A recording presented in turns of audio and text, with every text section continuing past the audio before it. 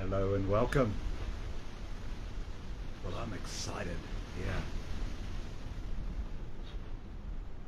There's another side of me that I'm presenting forward. And I thought I'd dress up in the occasion. This has been a major part of my life as a chef. And what a journey it's been. So I thought I'd get on my chef's gear. You like my caduceus? Which is my symbol, and it feels good. It really feels good sharing this aspect of me, which has been so important. So firstly, I'd just like to share a little bit about my journey. My journey not only as a chef, but a human being. And since I was a kid, I always wanted to be a chef. There was just something inside me that loved food. Some might say that's the Taurian in me. And yeah, I acknowledge that. And I used to tell a bit of a story about my story, that coming from that place of poverty consciousness or not having enough, I was looking after my stomach. So I used to go in the cupboards as a young kid and look around and see what I could make up.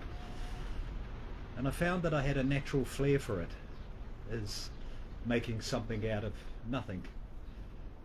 And that started about 8 years old. I always wanted to be a chef. And that was my drive and my passion. So at 15, boom, as I was out of home, I started working in kitchens. First couple of experiences weren't so great. Yeah, pretty rough actually. I was up in Auckland at the time, but my passion and my drive really brought me to, in those days it was called the Big I or the Hotel Intercontinental up in Auckland.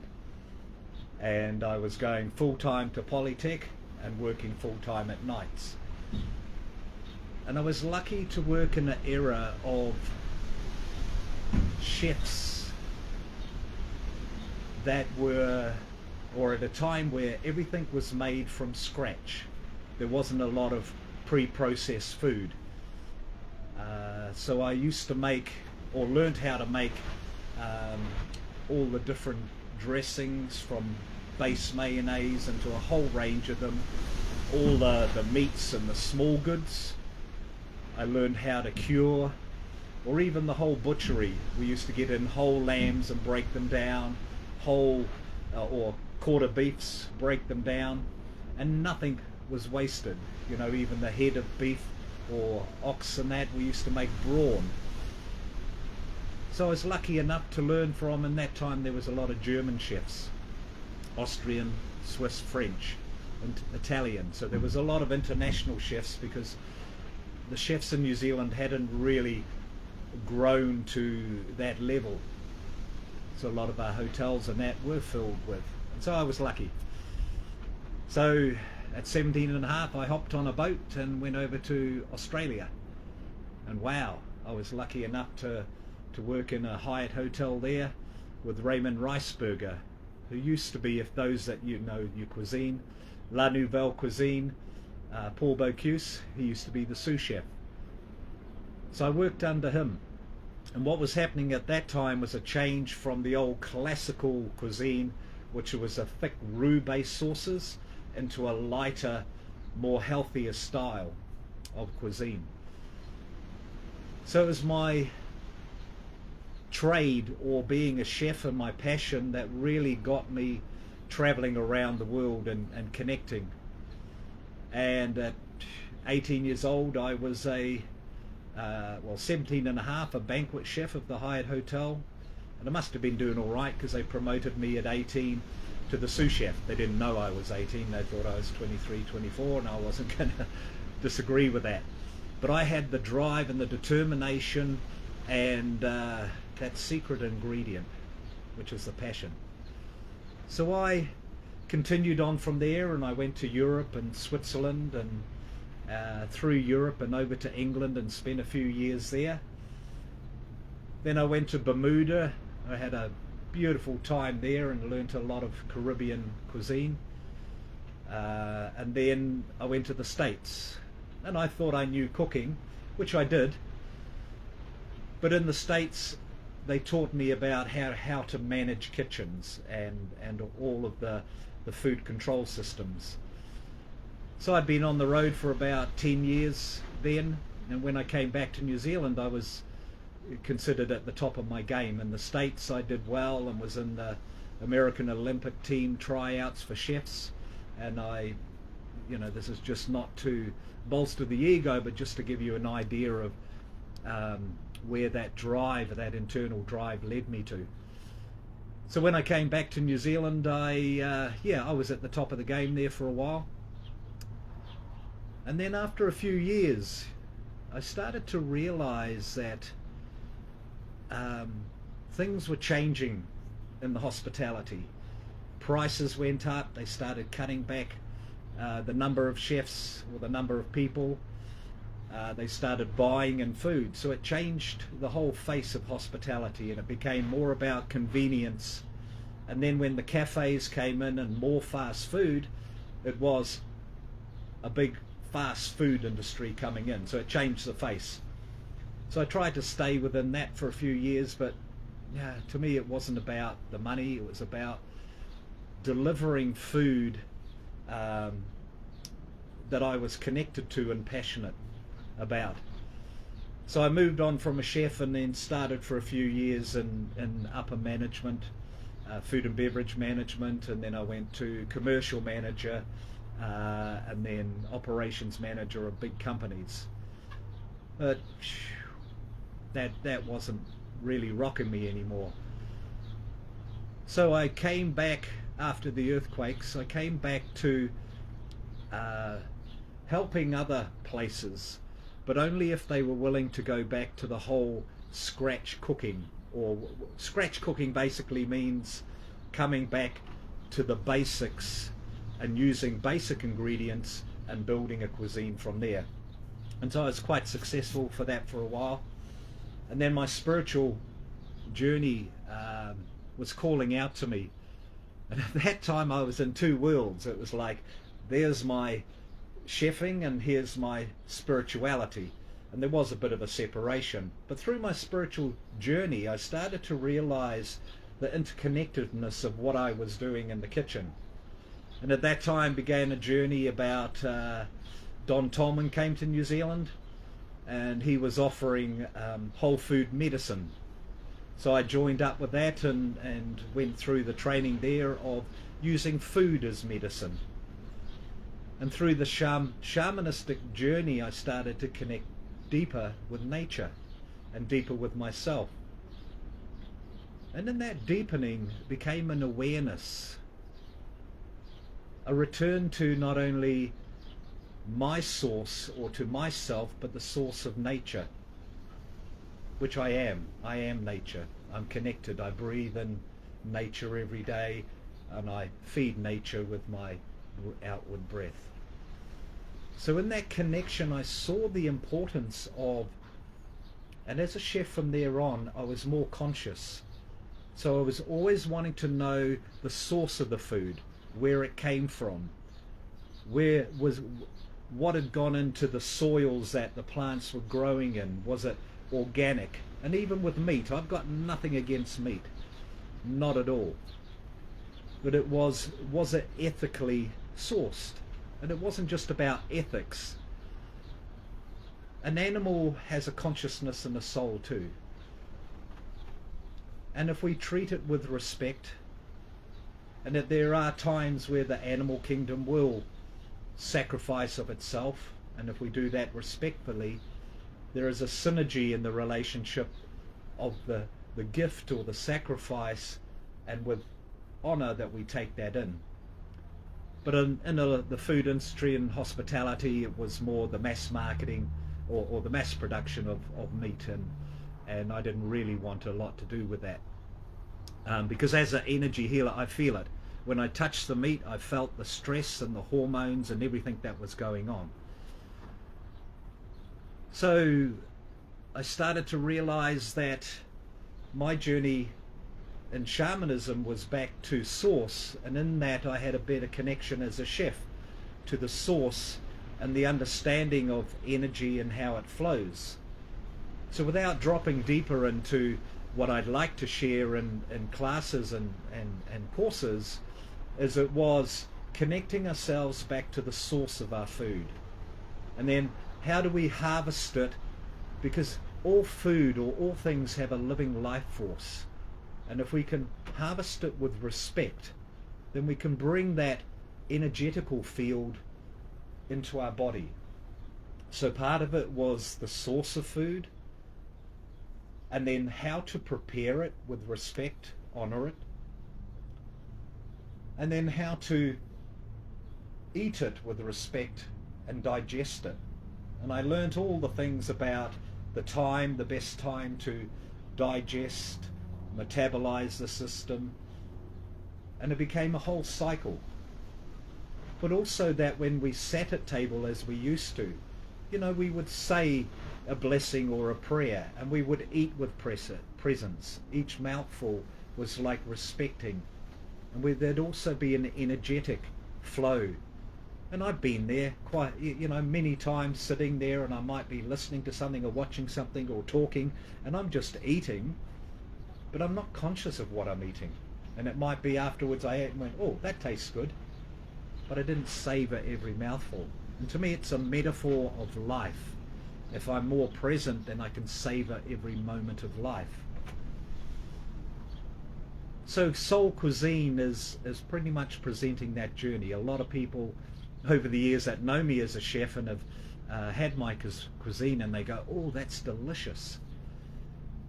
And I might be following the same recipe as somebody else. Well, not really, but it's that flow of energy from source with respect, and how we harvest it and prepare it. And then, as I said before, the secret ingredient that I imbued is my own love and compassion into the food. And when we do that, there's an energetic transfer of that into that. So what I am looking to offer to people have asked, oh, I'd like to learn how to cook food and more healthily and all of that. But to me, it's a bigger journey than that. They say you are what you eat. So there's an invitation. And people recently have said to me, geez, Jonny, you've lost weight. And I go, where? Where did I lose it? Quick, help me find it. Just jokes aside, releasing it. As I've dived deeper and connected back to the source of myself and releasing the excess baggage, then it's just naturally fallen off me. So part of the Soul Cuisine is the connection, the harvesting, the preparation, and yes, having some lovely ways to create good food. The common thing that I'm hearing is people, especially those that are preparing the food for their families or for whatever, say, yeah, I get it, and that's what I want.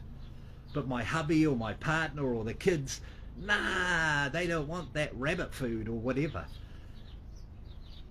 So as part of Soul Cuisine, I'd like to introduce what I call transitioning. So how us as the food harvesters, us as the food producers and nurturing the family with the food, how do we ensure that all of that goodness, and not just nutritional but vibrational energy, how do we look after the health and well-being of our family? And one of it is knowledge, and part of what we'll learn is the health benefits of food, not just nutritionally but medicinally as well. But also it's like, say, I hear quite often, oh no, especially here in the South Island, no, meat and potatoes, if I don't have that, then I don't want to know. But I've been amongst the meat and potato family before. And what I cook, and I might go there with a shared meal and present it, and in the early days, especially the blokes might be poking it, going, oh, what's that? And I remember rocking up to a barbecue once, first barbecue being here in the South Island, and all the blokes were around the barbecue, and all this meat was on there. They were hunters and gatherers, and they're cooking up this big barbecue of meat and putting it into pans, and I went, wow, that looks awesome. And they went, oh no, this is just for the kids. And they started to throw all these big slabs of tar and wild pork and venison and all of that. And I says, oh, do you mind if I just scrape a bit of your grill off, and I just want to put some chickpea patties on there? Man, the look the look that I got. And that's going back 20 years. Those people became my best friends. And then it became a thing, because some of them started to try it and go, wow, that is really tasty. And so I used to be a token plate just so that I got something to eat at barbecues and share meals. But then I used to have to cook up more, and then sometimes I'd go up to get some and the plate would be gone. We've had people who've come here to the sanctuary, and I've been doing the cooking. And when they hear it's vegetarian food, they go, oh shit, no, I don't know how I'm going to survive. But a couple of days into it, they're feeling nourished, they're feeling, wow, this is a great experience. So that's what I'd like to share with you all. Not just how to cook, that's part of it, but how to, as I said, harvest, prepare, some knowledge about what you're preparing, how to prepare it, to try and give the best energetical flow of that field, that energetic field into the family, that energy, that vitality, without boiling the hell out of it, and some things you do need to boil. But how can we nourish our family, ourselves and our friends? How can we release all of that no longer serve us? How can we bring ourselves, our own health and well-being into balance? And in the doing of that, then you become a living example of that. And then sharing that with the family. So the transitioning is not going, right guys, I've been to these cooking classes and Jonny Bear says this, and this is what we're going to do from now. Nah, that's not going to go down, and you know that. Because when I say that, I see these shakes of head, nah, that's not going to work. So I'll show you how to transition it. And it's not getting rid of meats, it's not getting rid of the potatoes and that, but how can we bring things up into balance? So I'm excited. I'm going to start up a Facebook group, and there's an invitation because I like to hear from you. I get a feeling that there's two things or two groups. One will be an online group, so anybody anywhere in the country or anywhere in the world can come in online, and I'll do cooking demonstrations, but I'll also do teachings. I've got a lot of written material around this, and this is part of my Transform and Heal Your Life course. But now I've just taken out a section of it which deals with the Soul Cuisine part and the health and well-being. And then we'll talk about fasting and the benefits of fasting, different styles of cuisine. So there, yeah, it is a very good course to learn from and to take what will work for you out of it, and later on you can try other parts. So I just want to share with you today what's really been working for me. I've got this good pot of goodies here, and in here is all sorts of delicious, quite often people call them weeds. The benefits of weeds is actually amazing. So this is the first cooking class, okay? I've got in here stinging nettle, and they're not all weeds. There's fennel, there's dandelion, there's some comfrey, I've also got some lovage, there's chickweed, what else I got in there? Dandelion, I've got in some yarrow, and I've got my tongs because there is stinging nettle. Here's a tip: if you ever have stinging nettle and it's stinging you, then just find the plant that it's growing near and pick that plant and rub it into where it is, and that'll take it off. If there's otherwise, plantain is a good one for that. I've got some convolvulus. Now I make up this mix especially when I'm going through a fasting, or because I know that I'd like to balance my body from acidic, which is a processed diet, into a more alkaline, My body likes an alkaline diet, and this is one way that how I do it. This one is not so much for fasting, it's a general alkaline. So what I'm going to do is bring this to the boil and simmer it for a good hour. So I don't need to go out and buy from the pharmacy or from that all these ingredients. They're just growing around everywhere. Just remember to wash them in case somebody sprayed them. But instead of pulling up your weeds and saying get out of here, we actually grow them and have areas around the place where we let that grow. And this is what I'm talking about, soul cuisine. Is anything that we're ingesting, and I'm speaking just about food, but there is anything that we're taking in the way of information, music, sound, vibration, but especially food. We're doing it kind of all day, and what we're drinking, and we'll talk about, you know, what we drink in and how important that is. So you're going to learn heaps. So as I said, there'll be a Zoom course, and then there'll be a course here at the sanctuary as well. So I'd like to hear from you if you are interested. Just direct message me or put a comment on here, and I'd like to have that discussion. I'll set up a group, and then in that group, we'll call it Soul Cuisine or something. Then I'd like to have discussions around you of what you would like to learn within that, because it's not just about me, it's about you as well and what your needs are. So on this video challenge I've been in, this is day 10, so I thought I'd dress up as well, share another aspect of me, yeah, and share my love and share what I've learned as a chef, as a shamanistic practitioner, as a human.